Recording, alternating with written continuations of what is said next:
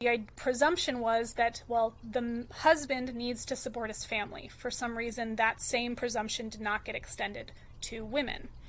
Right? And so the status of women within the marriage in every patriarchy has always been grim, right? Not only have they not had the same, if any, legal protections, they have not been granted the right to control their own property or finances that would empower them to leave a situation if it were harmful to them or their children, right? And so the idea here is that the chief contribution of the family is the socialization of the young within the confines of the patriarchal family, right? So the idea is that this process is seen as perpetuating itself, right? We raise individuals within that system under that norm, even if it's not in fact their own reality, and thus put pressure on them as they get older, and also incentives for them to repeat that supposedly idyllic family structure, right? We're seeing a lot of this come up now as more and more young people are deciding, for a number of reasons not to have children or to not get married.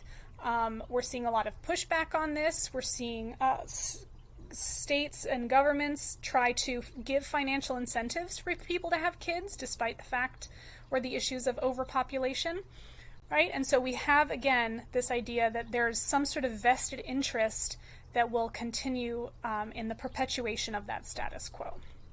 And again, what that status quo has historically been is that men have owned the property and women generally don't own much at all.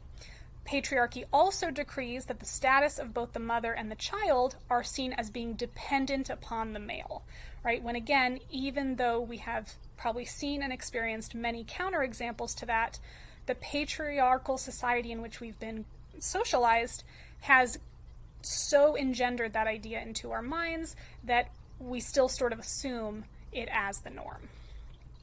This leads into the fourth category of sexism in its relation to class. Here we're talking about socioeconomic status, as well as just the ways in which we might hold someone up in esteem, whether it be in relation to an authority figure or not. So we can talk about it from the financial position, right, as well as an epistemic position. So the idea here is that her conception of sexism as it relates to class is deeply connected to our traditional notions in the West of love and romance. Now, she does note that these have been different in the West as they have been traditionally in the East, right? So the idea here is that if, individuals love each other, right, then they will form this nuclear family. But she wants to point out that if men truly loved women, right, in the ways in which romance has given us many different perspectives of love, whichever sense of love that might be, even as a protector, right, that they would not allow the two-tier caste system, as it were, right, where men are predominantly given more status and power than women, they would not allow that system to continue.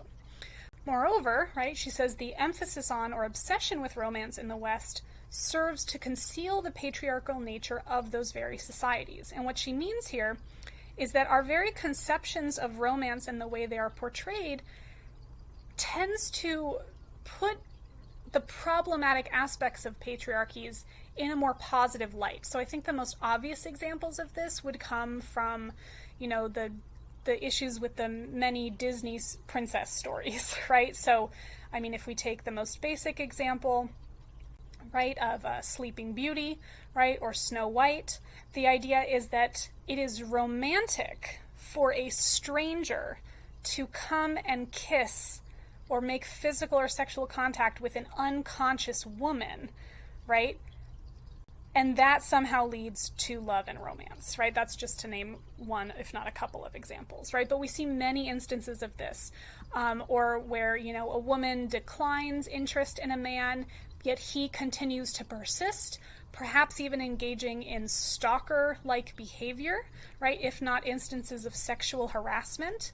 And that too is then over time, right? We're told that that will actually bloom into romance and genuine love, right? So she says that romance in a sense is a double-edged sword, right? Because again, not only does it presume that there is a shared love or compassion between the two partners, but that romance depends upon, right, women fitting a particular role, and what she thinks of, in this case, as a caricature of what a virtuous woman is, right? So a good woman, right, one who fits traditional notions of masculinity, is seen as worthy of romance, as opposed to a quote-unquote bad woman, right, who would be acting in a way that was contrary to traditional notions of femininity. So someone who was not acting weak, someone who was not acting demure, right? Someone who was not being especially emotional, right? Or reliant upon a man. Those would be non-traditionally feminine characteristics.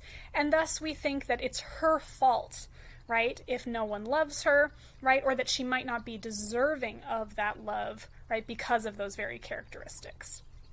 Right, so in this way, she says impossible virtues, right, things that we aren't even able to fully embody in the real world, are often attributed to women, right, again creating a sort of false norm that we're all supposed to live up to. Right, so continuing this idea, right, is that this notion of romantic love has served as a means of emotional manipulation, right?